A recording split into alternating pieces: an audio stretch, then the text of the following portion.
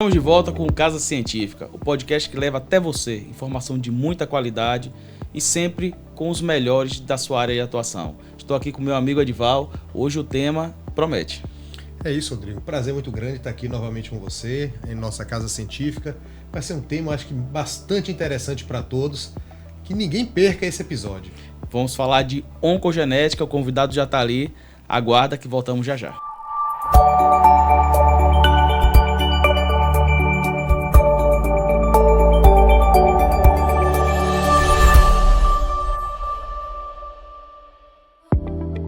Estamos de volta com Casa Científica. Estamos aqui com o Dr. Edival, meu amigo, olá. Olá, Rodrigo. Prazer muito grande estar aqui novamente contigo.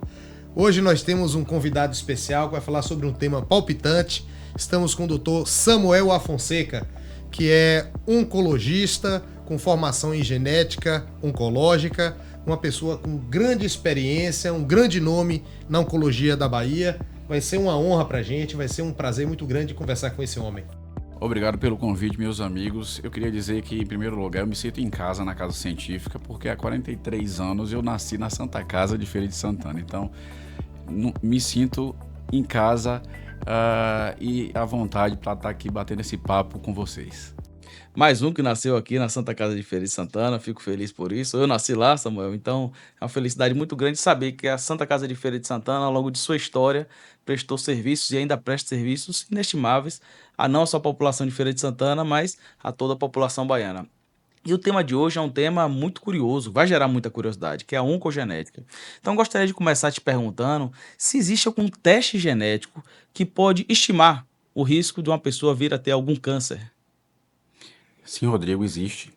E esse é um tema bem atraente e novo, né? Onde as pessoas têm bastante dúvidas sobre isso, porque é muito comum que as pessoas tenham histórias familiares de câncer e não sabem o que fazer com isso. Né? Falar assim, olha, minha irmã teve, minha mãe teve, ou minha prima teve, meu avô, o que é que eu vou fazer? Né?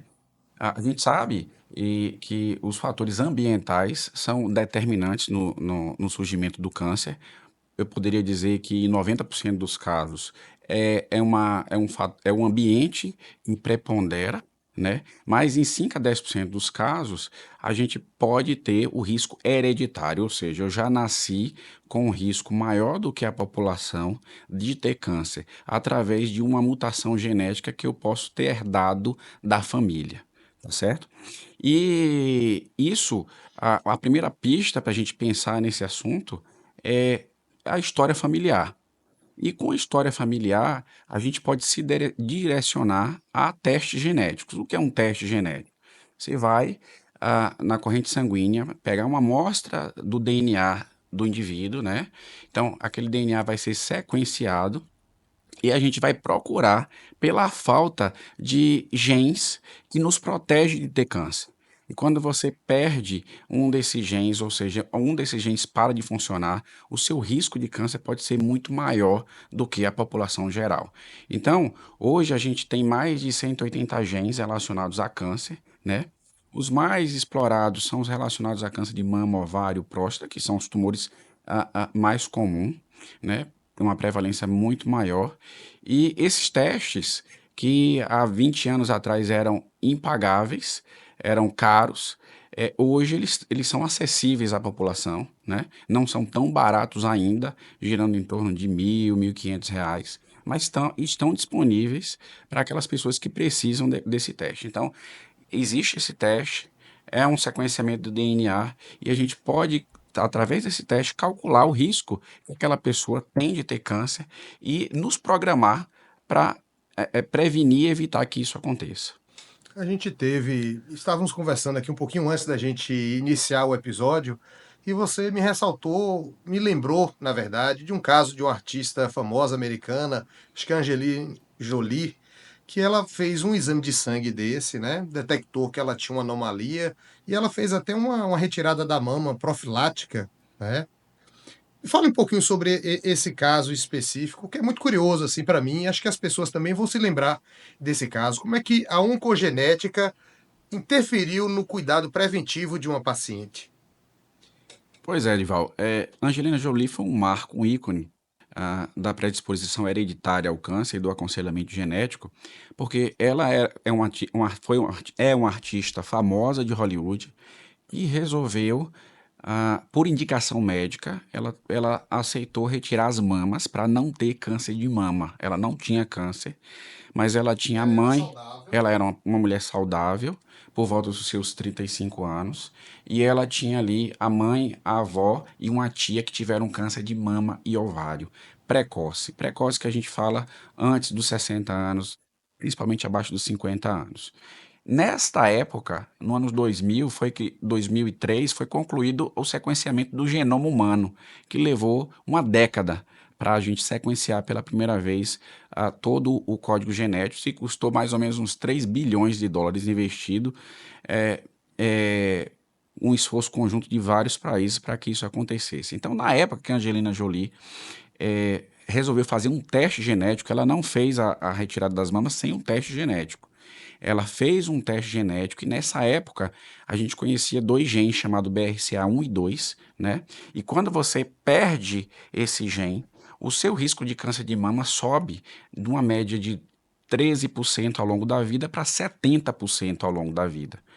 Então, com 70% de risco, quando você passa de 50% de risco de câncer, de ter câncer de mama ao longo da vida, é indicada a discussão sobre a retirada das mamas. Não é ficar sem mama, é retirar a glândula mamária, colocar uma prótese e se mantém ali a pele, o mamilo.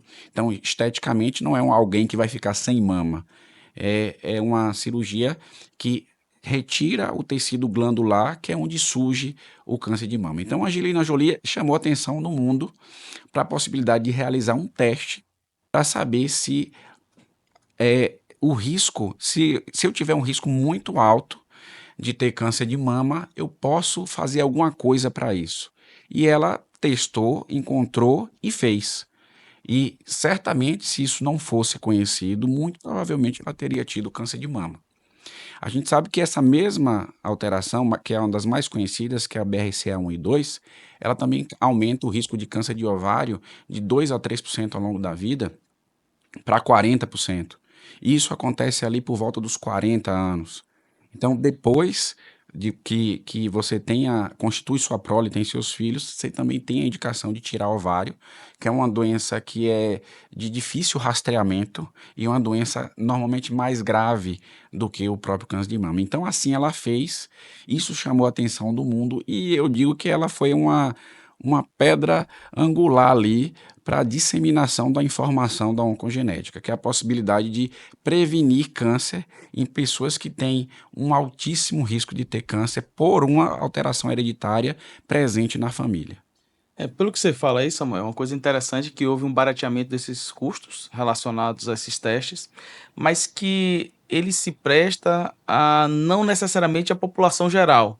Existe um contexto epidemiológico, vamos dizer assim, desses testes, ou seja, a artista que a gente comenta aqui, ela tinha familiares de primeiro e segundo grau que tinham a doença oncológica que parecia ter algo hereditário relacionado àquele câncer, né?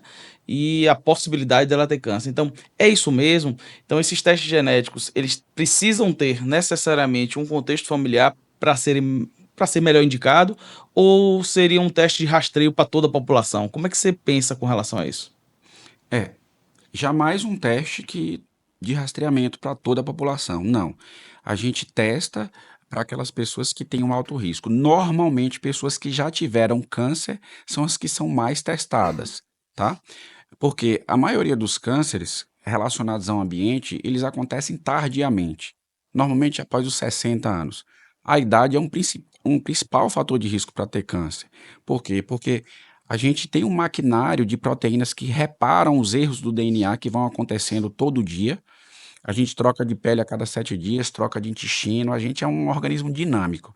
Isso envolve milhares de multiplicações celulares todo momento, e a cada 10 mil, 100 mil multiplicações você vai ter erros que estão acontecendo agora em todos nós.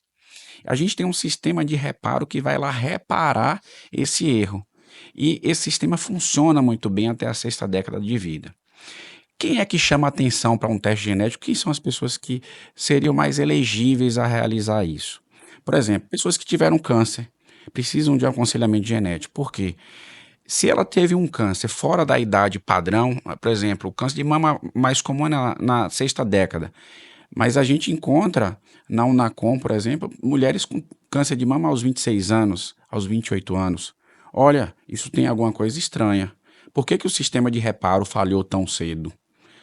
Isso levanta essa dúvida. Tem determinados tipos de câncer, por exemplo, câncer de mama triplo negativo, que tem um índice maior de mutação, né? Pacientes que têm câncer de pâncreas, câncer de ovário, câncer de mama em homem, são indivíduos candidatos, independente da história familiar, para realizar esse teste. Mas, se você não tem câncer, você não deve ir em algum lugar, pagar e fazer um teste. Você precisa procurar um aconselhamento genético, caso haja um número de... Caso sua história familiar de câncer seja suspeita, ou seja, câncer em várias gerações, câncer em pessoas jovens, câncer-chave, que eu chamo que são câncer suspeito, como câncer de ovário, câncer de mama em mulher jovem, câncer de mama em homem, câncer de pâncreas, muito câncer de intestino. Então, assim, se você tem uma história familiar sugestiva, você pode ter a indicação de testar. Mesmo assim, eu queria frisar que muitas vezes a pessoa que não tem câncer, quando procura um oncogeneticista, na maioria das vezes não é ela que vai fazer o teste. Por quê? Porque a gente vai procurar o teste em uma pessoa normalmente que teve o câncer, a pessoa mais jovem que teve o câncer na família. Eu tenho um câncer, minha irmã teve câncer aos 40 anos. Quem vai testar é ela, não você. Porque ali é a probabilidade maior de eu encontrar esse resultado. Lembre que dos cânceres em geral, eu posso dizer uma regra geral, 5% dos casos, no máximo 10%, vai ser de origem hereditária. Então não é para todo mundo sair fazendo o teste, ou que exista alguma política pública que dissemine esse teste para todo mundo, porque isso não é custo efetivo. De fato, você tem que procurar quem tem risco. Então, as pessoas jovens com cânceres ou as pessoas que têm determinados tipos de câncer, esses são elegíveis para serem mapeados, serem testados geneticamente, né? Quando você identifica digamos, um paciente desse, ele tem um câncer nessas condições, um câncer de mama jovem, você faz um teste, ele também tem. As outras pessoas, assim, os parentes dessa pessoa, por exemplo, precisam fazer esse rastreamento também. Então, digamos, os irmãos, filhos e até os pais, eventualmente. Como é que funciona isso quando você tem essa informação? Com certeza, Dival, o aconselhamento genético é um aconselhamento da família. Por quê? Nós somos metade pai, metade mãe. Então, nosso DNA tem uma cópia do pai, uma cópia da mãe, ou seja, nós trazemos toda a herança da nossa família pelos dois lados, tá certo? Então, quando a gente identifica alguém com mutação, eu estou preocupado com quem, com os irmãos, por exemplo, diretamente, com os filhos, com os pais. Eu preciso saber de que lado da família essa mutação veio, se isso foi hereditário, tem que ter vindo ou do pai ou da mãe. Existem casos raros que a mutação surge no indivíduo, mas isso é muito raro. Mas, na imensa maioria das vezes, ou veio do pai ou veio da mãe. Então, o nosso trabalho é identificar de que lado da família veio aquela mutação, para identificar quais são as pessoas que estão em risco, né? E a essas pessoas tem que chamar todos para fazer um aconselhamento genético em todos eles. Lembrando que se eu tenho uma mutação genética e caso com minha cônjuge ela não tem mutação e meus filhos é uma mistura do meu DNA com o DNA dela, eu posso ter 3 filhos sem mutação. Ou seja, todos herdaram aquele gene da mãe. Mas eu posso ter 3 meus, herdado aquele gene mutado meu. Então, assim, cada filho tem 50% de chance. Se você é filho de alguém que tem a mutação, não necessariamente você vai ter a mutação. Por isso que é preciso desencadear ali uma sequência de testes naquela família para que a gente identifique quem tem a mutação, quem está em risco para prevenir que aquela pessoa venha a desenvolver um câncer. Agora, Samuel, imagine que alguém esteja nos escutando aqui, nos vendo, tenha uma situação como essa, um familiar que teve um câncer de mama em idade jovem, E aí ele diz, poxa, eu tenho que procurar alguém. Quem seria esse alguém? Ele procura um médico clínico do posto de saúde, ele procura um oncologista, ele procura um médico especialista em genética médica. Qual seria o profissional adequado para acolher essa pessoa e orientar essa pessoa de forma qualificada? Bom, o que acontece é que assim, a pessoa mais indicada é um geneticista ou um oncogeneticista. Oncogeneticista, ele é um profissional que lida com aconselhamento genético, não necessariamente ligado a câncer. E que já tem residência médica, enfim, é uma especialidade já reconhecida. Oncogenética é uma área de atuação, recém-aceita como área de atuação, onde mastologistas, oncologistas, eles podem eh, comprovar a experiência, fazer prova, enfim, e obter essa área de atuação, tá? Por quê? Porque não é um teste simples, tá? Você tem que decidir que painel você vai pedir. Muita gente vai lhe procurar e você não vai indicar testar. Alguém, alguém vem para mim e diz assim: olha, meu pai teve câncer de pulmão e o irmão dele também teve câncer de pulmão, mas eram grandes tabagistas. Então, foi o cigarro, muito provavelmente, né? Ou então alguém chega assim: olha, minha mãe teve câncer de colo de útero, que a gente sabe que o HPV é o líder do câncer de útero. Ah, a irmã dela também teve câncer de colo de útero. A gente vai ter que explorar melhor essa história familiar, que, diga-se de passagem, a gente acreditem, a gente sabe muito pouco das gerações acima da nossa, tá? A gente sabe muito pouco da história dos irmãos dos nossos avós, dos nossos primos, até porque câncer era algo que as pessoas escondiam há 2 gerações atrás, ou não tinham diagnóstico, já que essa é uma especialidade um tanto quanto recente, né? Então, a gente tem que ficar atento a esse tema e, se surgir alguma dúvida, o oncogeneticista ou o geneticista são os profissionais mais indicados. Você, você tem um parente que teve um câncer de mama, eu imagino que você faça um teste específico para doenças genéticas que envolvam câncer de mama. Seria assim, ou você pode pedir um painel de doenças comuns relacionados à oncologia, né? Cânceres comuns associados geneticamente. É um painel, é algo específico? Como é que funciona isso?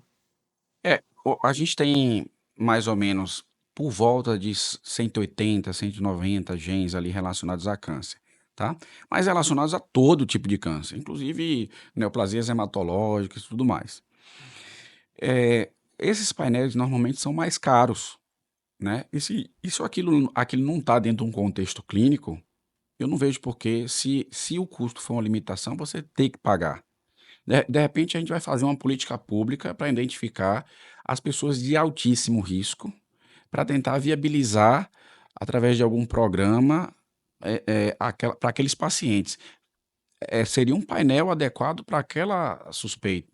Eu vou pesquisar predisposição hereditária ao câncer de mama. É mais barato, certo? E é uma estratégia mais custo-efetiva.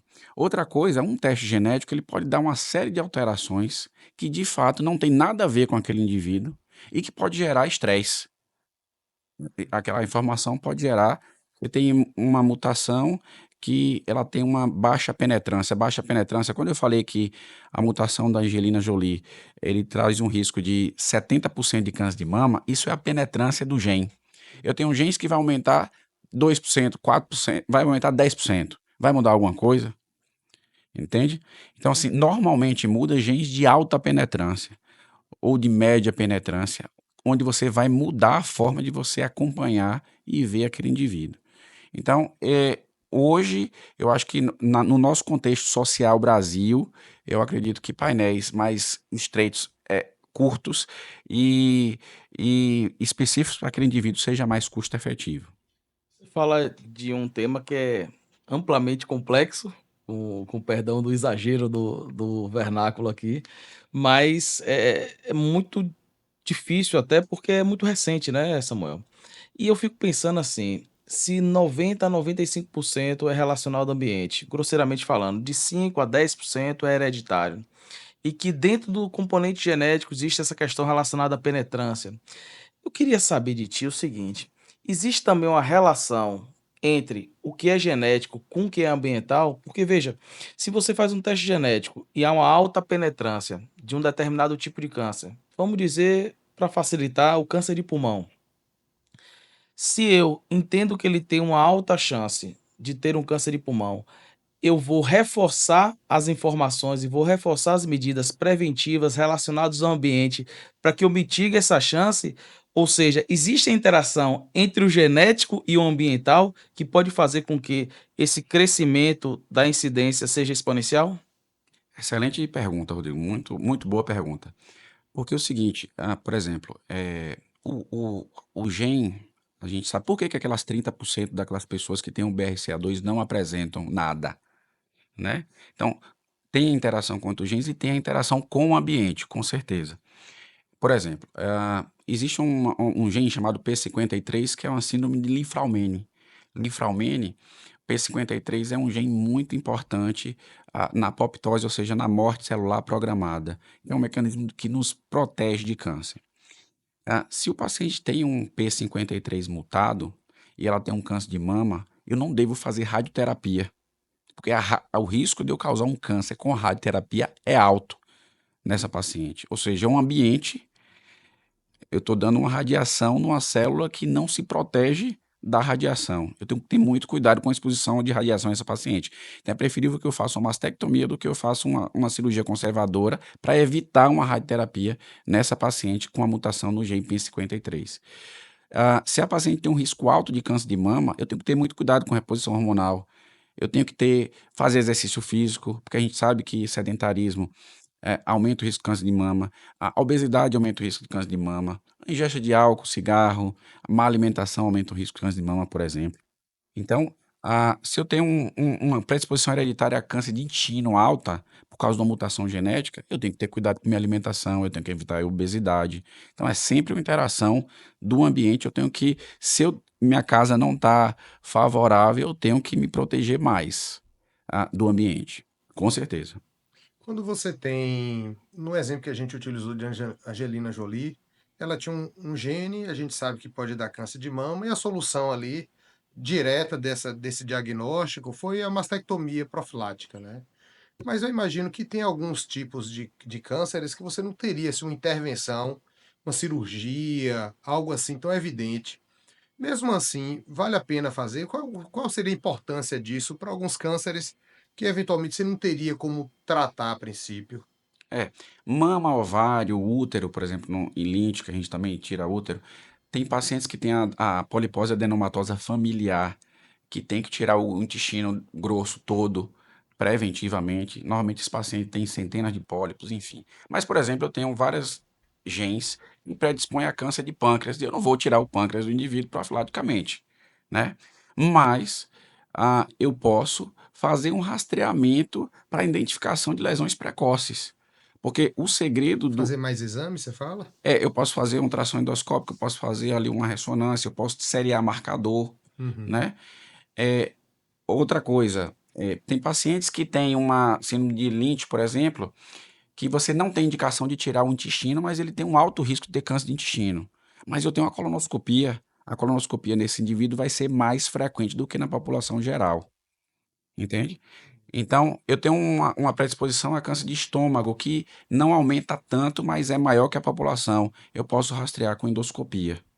Tem síndromes que eu preciso tirar o estômago. Tem um gene chamado CDH1 que ele causa um aumento grande de câncer de mama lobular e difuso gástrico. Onde se eu tiver vários familiares na família que tiveram câncer gástrico, eu preciso fazer uma gastrectomia. Posso precisar fazer uma gastrectomia profilática antes daquele paciente ter câncer. Mas os casos que eu não posso remover o órgão que pode ser acometido, por exemplo, eu tenho um risco de leucemia, tenho um risco de tumor cerebral, tumor de pâncreas, em alguns outros genes, eu vou ter uma vigilância mais acurada para que, se ocorrer algum evento, eu identifique precocemente, que é o segredo da cura no câncer hoje, é a identificação precoce. Uhum. Espetacular, parece que é algo relacionado a uma medicina personalizada, a oncogenética traz isso aí, né, que é o conceito mais atual. da abordagem médica. Então, assim, Edival, eu achava que ia ser bom, mas foi melhor do que eu imaginava. Contudo, o tempo é um limitante nosso e a gente vai se encaminhando aqui para o final. E como foi muito corrido, ainda sobrou uma curiosidade, vou me despedir, mas vou deixar uma pergunta, viu, Samuel? Se aí você tem noção, assim, da estimativa de custo de um painel geral como esse, é que as pessoas tenham noção, assim, de valores associados a isso, né? A gente sabe que reduziu, mas para que as pessoas tenham uma noção relacionada ao custo que estaria implicado em fazer um painel desse genético, geral ou específico, e dizer que foi sensacional a nossa conversa. Eu fiquei muito feliz de ter aprendido tanto contigo, um médico que é um médico querido da nossa instituição, um médico que faz parte do nosso corpo clínico também da preceptoria de clínica médica, que é a residência que a gente tem na Santa Casa, e que faz com que a gente tenha um orgulho imenso de trabalhar na Santa Casa, de gerir a Santa Casa com um quadro, um corpo clínico tão bem representado por você aqui. Então, deixar o doutor Edival agora para fazer as considerações finais e depois, quando for oportuno, só dar uma noção para a gente relacionada aos custos desses testes para a gente. Pois é, eu também, Rodrigo, fiquei com a sensação de que a gente queria mais, né? Que é um tema assim que a gente não tem muito contato, as pessoas que estão nos ouvindo, assistindo, certamente também não terão. Então, deixe suas perguntas nas nossas redes sociais, envie seus questionamentos, né? Quem sabe a gente não possa, em outro momento, abordar novamente determinados temas para um assunto que a gente tem discutido muito pouco na medicina, tem discutido muito pouco em programas como esse. Uma honra muito grande tê-lo aqui. Professor Samuel, realmente, ele faz parte da nossa residência de clínica médica. É um nome muito forte, porque as pessoas sabem da sua qualidade, da sua formação, e é uma honra tê-lo na Santa Casa, e uma honra maior ainda tê-lo aqui, ser nosso amigo. Isso é uma coisa, um privilégio para a gente. A gente, muito obrigado pelas palavras. Eu vou responder rapidamente a pergunta do custo. Então, assim, enquanto a gente tinha ali um valor altíssimo, US$ 100.000 na época, no começo dos anos 2000, hoje, um teste genético custa em média R$ 1.500, um painel genético. Os laboratórios facilitam esse pagamento e tem laboratórios que oferecem testes gratuitos para os familiares, caso você encontre a mutação naquele indivíduo que fez o primeiro teste. Tem laboratórios que oferecem 6 testes daquela variante encontrada para outros familiares. E a tendência é que esse custo reduza ainda mais, e eu sonho que a gente consiga implementar isso no sistema público de uma forma mais contundente. A gente já consegue fazer de uma forma mais tímida, mas eu acredito que isso vai fazer uma diferença em muitos pacientes nossos, lá da Unacom, por exemplo. Eu queria dizer que eu fiquei muito feliz de estar aqui conversando com vocês. Como eu falei no início, a Santa Casa eu me sinto em casa, e eu parabenizo por essa iniciativa esplendorosa de trazer informação de qualidade, fazendo vários episódios com vários profissionais de alto nível, trazendo informação aqui que eu acho que as pessoas têm que curtir, têm que dar vários likes para poder incentivar essa iniciativa, porque eu acho que informação salva a vida e a gente tem que investir muito nisso. E assim chegamos ao fim de mais um Casa Científica, o podcast oficial da Santa Casa de Feira de Santana. Então, você ouviu o Dr. Samuel falar, não deixe de curtir e compartilhar esse vídeo, seguir as nossas redes sociais, no Spotify, Casa Científica, Instagram e YouTube, Santa Casa FSA. Ajude a levar informação de qualidade para a vida das pessoas.